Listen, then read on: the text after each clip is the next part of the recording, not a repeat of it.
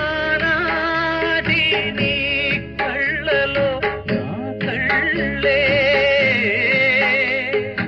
ఈనాటి నా కళ్ళలో కన్నీళ్ళే.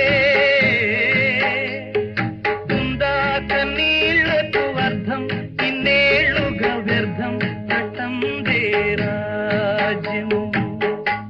సుక్కల్లే తోచావే ఎన్నెల్లే